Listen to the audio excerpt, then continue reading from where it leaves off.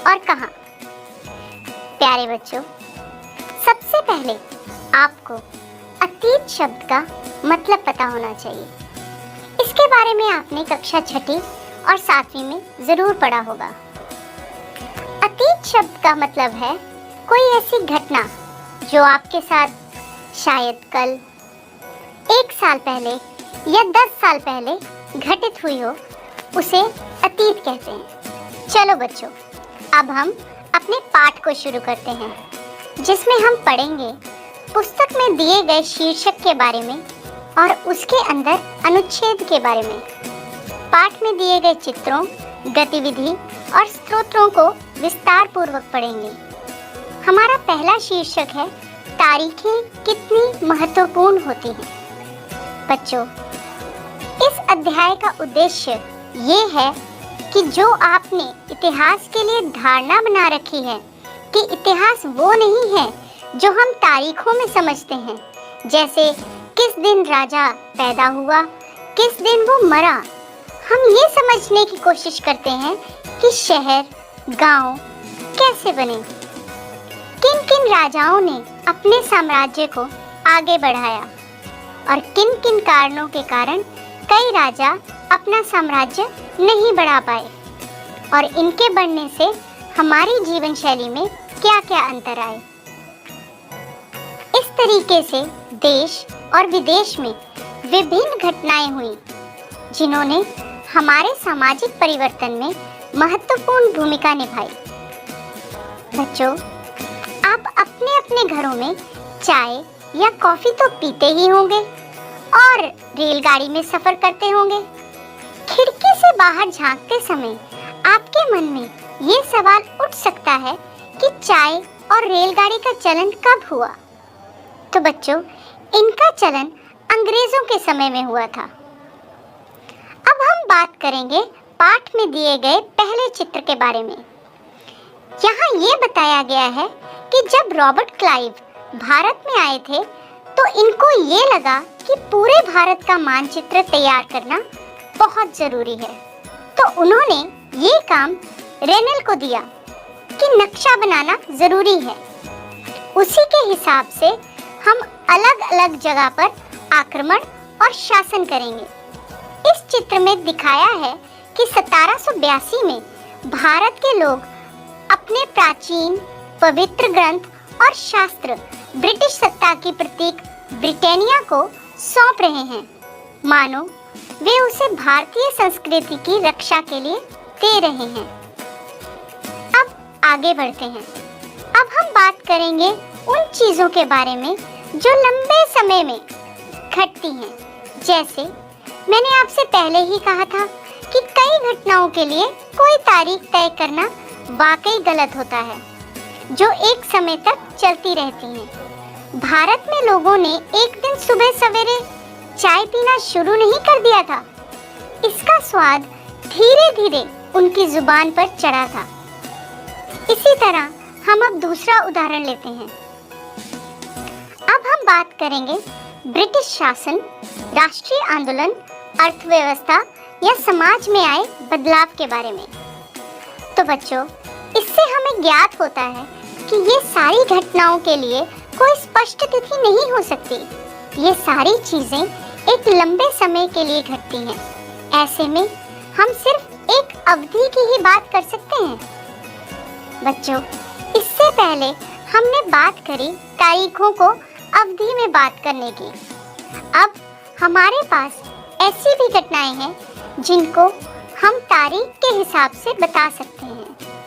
हमारे अतीत में इतिहासकारों ने लिखा है कि कौन से साल में राजा को ताज पहनाया गया, कौन से साल में उसने लड़ाई लड़ी और वो कब मरा, और उसके बाद कौन सा शासक उस गद्दी पर बैठा। इन घटनाओं में तारीख बताई जा सकती है या फिर निश्चित तिथि बताई जा सकती है। बच्चों, एक और बात, तारीखें अपने आप में महत्वपूर्ण नहीं होती। जो तारीखें हम चुनते हैं, जिन तारीखों के इर्द गिर्द हम अतीत की कहानी बुनते हैं, उसके साथ उस समय की खास घटनाओं को महत्वपूर्ण मानकर हमें चलना है। अगर हम नए मुद्दों पर ध्यान देने लगे तो तारीखें भी बदल जाती हैं। चलो बच्चों, अब हम आगे बढ़ते हैं। अब हम आपकी किताब में दिए गए दूसरे चित्र की बात करेंगे। ये चित्र लिप्टन चाय के लिए तैयार किया गया। ये चित्र हमें ये दर्शाता है कि दुनिया भर के शाही लोग यही चाय पीते थे। बच्चों, आप इस चित्र को ध्यानपूर्वक देखिए। इसमें आपको दिख रहा होगा कि इस चित्र के पीछे एक भारतीय महल है। इसी चित्र में आगे की तरफ ब्रिटेन की रानी विक्टोरिया का तीसरा बेटा राजकुमार आर्थर अपने शाही घोड़े पर बैठा हुआ है। आपको ये भी पता होना चाहिए कि राजकुमार आर्थर को ड्यूक ऑफ कनॉट की पदवी से नवाजा गया था। तो हमें बच्चों इस बात से पता लगता है कि पुराने विज्ञापनों से हमें ये समझने में मदद मिलती है कि नए उत्पादों के लिए बाजार उस समय में किस तरह तैयार हुए और किस तरह नई रुचियां चलन में आईं। हमें इन विज्ञापनों से पसंद और नापसंद का भी पता चलता है। चलो बच्चों, अब हम आगे बढ़ते हैं। अब हम बात करेंगे ब्रिटिश शासनकाल में आए ब्रिटिश गवर्नर जनरलों की। भारत में ब्रिटिश इतिहासकारों ने जो इतिहास लिखे उनमें हर एक गवर्नर जनरल का शासनकाल महत्वपूर्ण है। इनका इतिहास प्रथम गवर्नर जनरल वॉरेन हेस्टिंग के शासन से शुरू होता है और इसका इतिहास आखिरी वाइसरॉय लॉर्ड माउंटबेटन के साथ खत्म होता है। आपकी किताब के तीसरे चित्र में गवर्नर जनरल वॉन हेस्टिंग का चित्र है, जो 1773 में भारत के पहले गवर्नर जनरल बने। ब्रिटिश इतिहास की किताबों में गवर्नर जनरलों के कारनामों, जीवन शैलियों में, उनकी गौरव गाथाओं और तस्वीरों में उनके भव्य व्यक्तित्व को उभारा जाता था। बच्चों, हम अलग अलग अध्यायों में दूसरे governor general Hasting, Wellesley, Bentinck, Dalhousie, Canning, Lawrence, Lytton, Ripon, Curzon, Hardinge, Irwin, इन सब के बारे में पढ़ते हैं। ब्रिटिश इतिहास में गवर्नर जनरलों और वाइसरायों का ही सिलसिला बताया गया है। इन किताबों में सारी तारीखों का महत्व इन अधिकारियों, उनकी गतिविधियों, नीतियों के आधार पर ही तय होता था। इन लोगों के जीवन के बाहर कोई चीज नहीं थी, जैसे कि भारत की अर्थव्यवस्था। विभिन्न समूहों और वर्गों की गतिविधियों के बारे में ये ध्यान नहीं देते थे। बच्चों, जब हम कोई इतिहास लिखते हैं तो उसे टुकड़ों या अध्यायों में बांट लेते हैं ताकि उसे आसानी से समझा जा सके और याद रखा जा सके। इतिहास को हम अलग अलग काल खंडों में बांटने की कोशिश इसलिए करते हैं क्योंकि एक दौर की खासियत और केंद्रीय तत्व अलग अलग होते हैं। इससे हमें एक अवधि से दूसरी अवधि में आए विचारों और बदलावों का महत्व पता लगता है। बच्चों, 1817 में स्कॉटलैंड के अर्थशास्त्री और राजनीतिक दार्शनिक जेम्स मिल ने 3 विशाल खंडों में ब्रिटिश भारत का इतिहास नामक एक किताब लिखी। अब हम जेम्स मिल द्वारा लिखी गई किताब के प्रमुख बिंदुओं का वर्णन करेंगे। इस किताब में उन्होंने भारत के इतिहास को हिंदू, मुस्लिम और ब्रिटिश इन 3 कालखंडों में बांटा था। मिल को लगता था कि एशियाई समाज सभ्यता यूरोप के मामले में पीछे है। भारत में अंग्रेजों के आने से पहले यहाँ हिंदू और मुसलमानों का तानाशाह राज चलता था। यहाँ चारों ओर धर्म, बैर, जातिगत बंधन और अंधविश्वासों का ही बोलबाला था। मिल का सोचना था कि ब्रिटिश शासनकाल भारत को सभ्यता की राह पर ले जा सकता है। इसके लिए उसे सबसे पहले भारत में यूरोपीय शिष्टाचार, कला, संस्थानों और कानूनों को लागू करना होगा।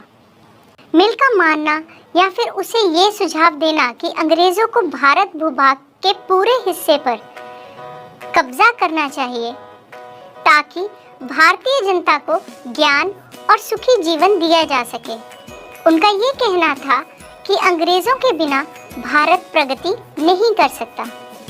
इतिहास की इस धारणा में अंग्रेजी शासन प्रगति और सभ्यता का प्रतीक था। इसमें यह बताया गया है कि अंग्रेजी शासन से पहले अंधकार का दौर था। बच्चों, इतिहास अलग अलग लेखकों के द्वारा लिखा जाता है। अलग अलग लेखकों की राय भी अलग ही होती है।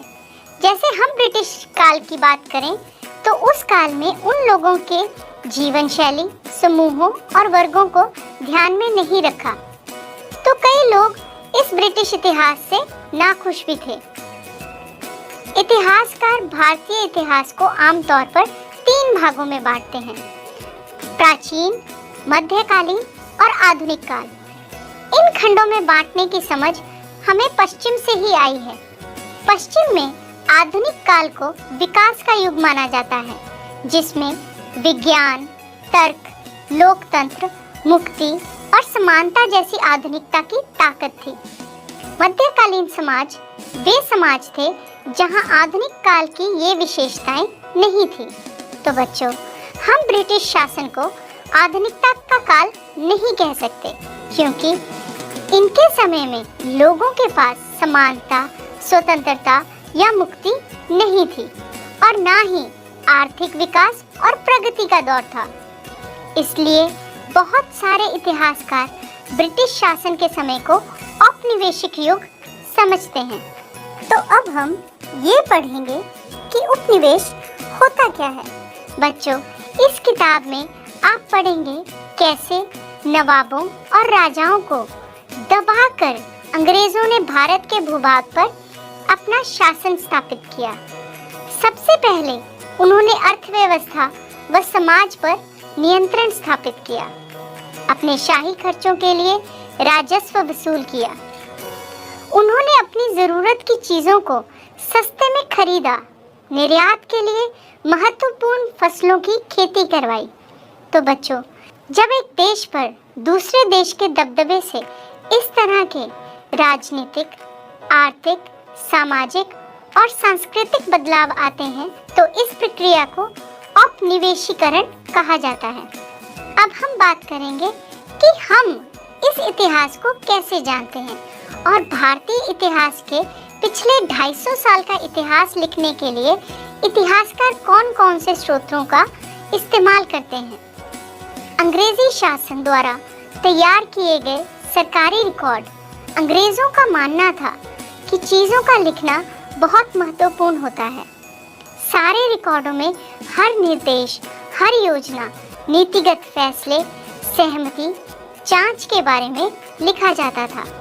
उनका मानना था ऐसा करने से उन पर अध्ययन और वाद विवाद किया जा सकता है।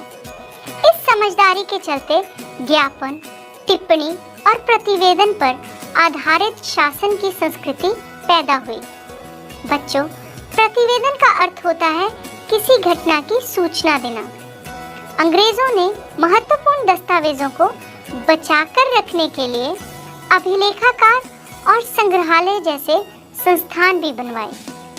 उन्होंने सभी शासकीय संस्थानों में अभिलेख कक्ष भी बनवा दिए, जैसे तहसील के दफ्तर, कलेक्ट्रेट, कमिश्नर के दफ्तर इत्यादि। इन सब के सामने रिकॉर्ड रूम होते थे। 19वीं सदी की शुरुआत में प्रशासन की एक शाखा से दूसरी शाखा के पास भेजे गए पत्रों को आप आज भी अभिलेखागारों में देख सकते हैं। इन पत्रों को खुशनवीसी के माहिर लिखते थे। बच्चों, खुशनवीसी या सुलेख नवीस ऐसे लोग होते हैं जो बहुत सुंदर ढंग से चीजें लिखते हैं। अब हम बात करेंगे आपकी किताब में दिए गए चौथे चित्र के बारे में। आपको दिख रहा होगा कि चित्र में एक बहुत बड़ी इमारत है। ये इमारत भारतीय राष्ट्रीय अभिलेखागार है जो 1920 में बनवाया गया। बच्चों, जब नई दिल्ली का निर्माण हुआ तो राष्ट्रीय संग्रहालय और राष्ट्रीय अभिलेखागार दोनों ही वायसराय के निवास के नज़दीक बनाए गए थे। हमें इनसे पता चलता है कि अंग्रेजों की दृष्टि में ये संस्थान कितने महत्वपूर्ण थे। 19वीं सदी के मध्य तक छपाई तकनीक भी फैलने लगी थी। इस तकनीक के सहारे अब प्रत्येक सरकारी विभाग की कार्रवाइयों के दस्तावेजों की कई प्रतियां बनाई जाने लगी थी। ब्रिटिश शासन, जिसको हम औपनिवेशिक शासन के नाम से भी जानते हैं, इस शासन के दौरान सर्वेक्षण का चलन भी महत्वपूर्ण होता गया। अंग्रेजों को विश्वास था कि किसी देश पर अच्छी तरह राज करने के लिए उसको सबसे पहले सही ढंग से समझना होगा। बच्चों, अब हम सर्वेक्षण के लिए कामों का उल्लेख करेंगे। भारत का एक नक्शा तैयार करने के लिए 19वीं सदी की शुरुआत तक बड़े सर्वेक्षण किए जाने लगे। इन सर्वेक्षणों में धरती की सतह, मिट्टी की गुणवत्ता, वहां मिलने वाले पेड़ पौधे, जीव जंतु तथा स्थानीय इतिहास व फसलों का पता किया जाने लगा। 19वीं सदी के आखिर में हर 10 साल में जनगणना भी की जाने लगी। जनगणना के जरिए भारत में सभी प्रांतों में रहने वाले लोगों की संख्या, उनकी जाति, इलाके और व्यवसाय के बारे में जानकारियां इकट्ठा करने लगे। इसके अलावा बच्चों, ब्रिटिश शासन वनस्पति सर्वेक्षण, प्राणी वैज्ञानिक सर्वेक्षण, पुरातत्वीय सर्वेक्षण, मानव शास्त्रीय सर्वेक्षण, वन सर्वेक्षण इत्यादि करने लगे। अब हम बात करेंगे आपकी किताब में दिए गए 5वें चित्र के बारे में। आपको एक पौधा दिखाई दे रहा है। इस पौधे का नाम शरीफे का पौधा है और इस पौधे का जिक्र अंग्रेजों द्वारा बनाए गए वानस्पतिक उद्यान और प्राकृतिक इतिहास के संग्रहालय में किया गया है। वानस्पतिक उद्यान और प्राकृतिक इतिहास के संग्रहालयों में विभिन्न पौधों के नमूने और उनसे संबंधित जानकारी इकट्ठा की जाती थी। इन नमूनों के चित्र स्थानीय कलाकारों से बनवाए जाते थे। बच्चों, अब हम आते हैं आपकी किताब के 6ठे चित्र के बारे में, जो जेम्स प्रिसेप द्वारा 1832 में बनाया गया है। इस चित्र को आप ध्यानपूर्वक देखिए। ये चित्र द्वारा हमें पता लगता है कि बंगाल में मानचित्र और सर्वेक्षण का काम चल रहा है और सर्वेक्षण में इस्तेमाल होने वाले उपकरण भी इस चित्र में दिखाई दे रहे हैं। अधिकतर रिकॉर्ड से हमें बस यही पता चलता था कि सरकारी अफसर क्या सोचते थे, उनकी दिलचस्पी किस चीज़ में थी, क्योंकि ये सब सारे सरकारी रिकॉर्ड्स थे। बच्चों, इससे हमें ये समझने में हमेशा मदद नहीं मिलती कि देश के दूसरे लोग क्या महसूस करते थे और उनकी कार्रवाइयों की वजह क्या थी। इन सब बातों को जानने के लिए हमें दूसरे स्रोतों का सहारा लेना पड़ता है, जो सरकारी रिकॉर्ड्स के मुकाबले में थोड़े कठिनाई से मिलते हैं।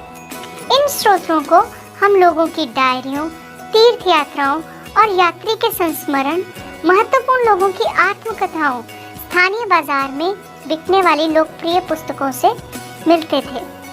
बच्चों, जैसे जैसे छपाई का काम बढ़ता गया, उसी हिसाब से लोगों की विचारधारा भी आने लगी। अखबार छपने लगे, विभिन्न मुद्दों पर जनता में बहस होने लगी। ये सारे स्रोत पढ़े लिखों से ही मिलते थे। इनसे हमें ये पता नहीं लगता था कि आम आदमी, आदिवासी, किसान, खदानों में काम करने वाले मजदूर, सड़कों पर जिंदगी गुजारने वाले गरीब किस तरह के अनुभवों से गुजर रहे थे। बच्चों, आपके इस पहले अध्याय में आपने तारीखों के बारे में पढ़ा, अवधियों के बारे में पढ़ा, ब्रिटिश काल में कैसे आम आदमी की जिंदगी को साझा नहीं किया गया, इसके बारे में पढ़ा। आपकी किताब के बाकी पाठों से आपको इनके शासनकाल का पता लगेगा और क्रांतिकारियों के विद्रोहों के बारे में भी आप पढ़ेंगे। यह प्रश्न है, जेम्स मिल ने भारतीय इतिहास को हिंदू, मुस्लिम, ईसाई 3 कालखंडों में बांट दिया था। बताइए, ये सही है या गलत? बच्चों, आपका ये प्रश्न गलत है, क्योंकि जेम्स मिल ने हिंदू, मुस्लिम और ब्रिटिश काल इन 3 खंडों में भारतीय इतिहास को बांटा था। चलिए, मेरा दूसरा प्रश्न है, सरकारी दस्तावेजों से हमें ये समझने में मदद मिलती है कि आम लोग क्या सोचते थे।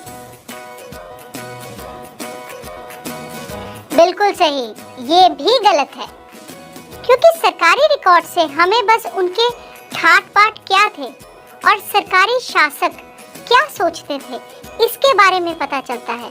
आम आदमी इससे कोसों दूर था। चलिए, अब है तीसरा प्रश्न। अंग्रेजों को लगता था कि सही तरह शासन चलाने के लिए सर्वेक्षण महत्वपूर्ण होते हैं। बिल्कुल सही, वो ये सोचते थे कि किसी देश पर कब्जा करने के लिए हमें उस देश का पता होना चाहिए, इसीलिए सर्वेक्षण बहुत महत्वपूर्ण होते थे। चलिए आगे बढ़ते हैं। अब हम थोड़े बड़े प्रश्नों के बारे में चर्चा करेंगे। जेम्स मिल ने भारतीय इतिहास को जिस तरह कालखंडों में बांटा है, उसमें क्या समस्याएं हैं? इस प्रश्न का उत्तर कुछ इस तरह है।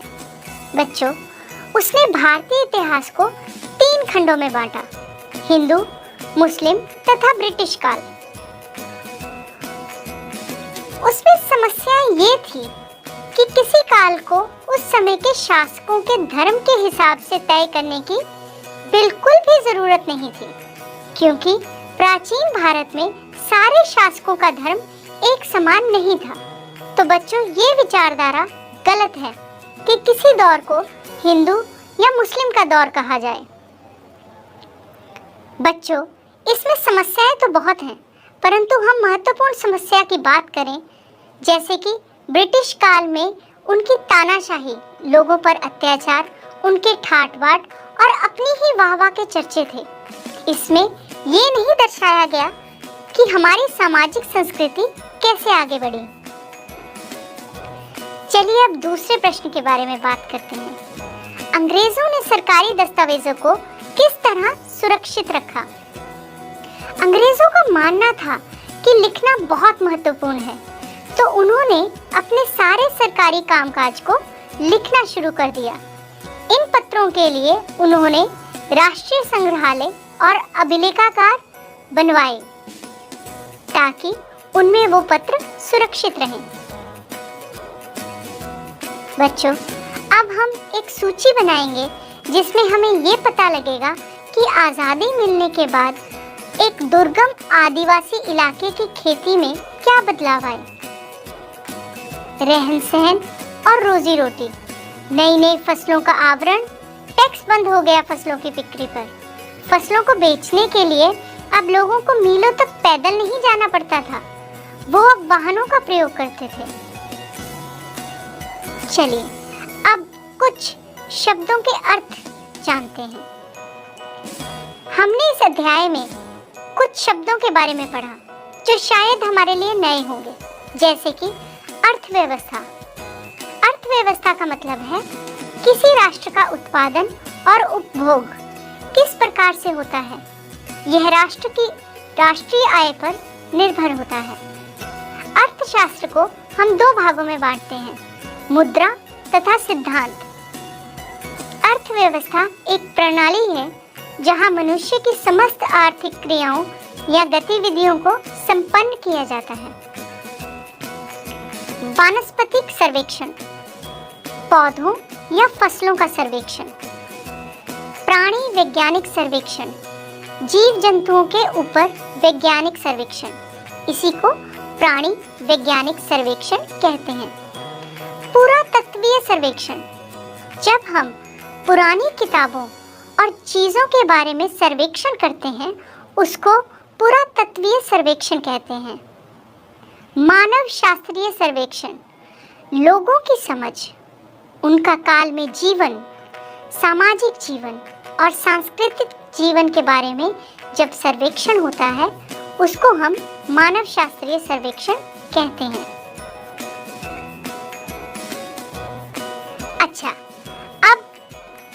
सवाल पूछूंगी, उसके 4 जवाब हैं, परंतु सही सवाल का सही उत्तर तो सिर्फ एक होता है। तो आप मुझे बताएंगे कि इन 4 में से सही उत्तर कौन सा है। तो मेरा पहला सवाल है, भारत के प्रथम ब्रिटिश गवर्नर जनरल कौन थे?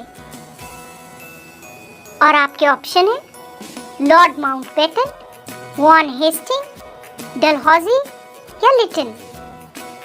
बिल्कुल सही जवाब, भारत के पहले British governor general Warren Hasting थे।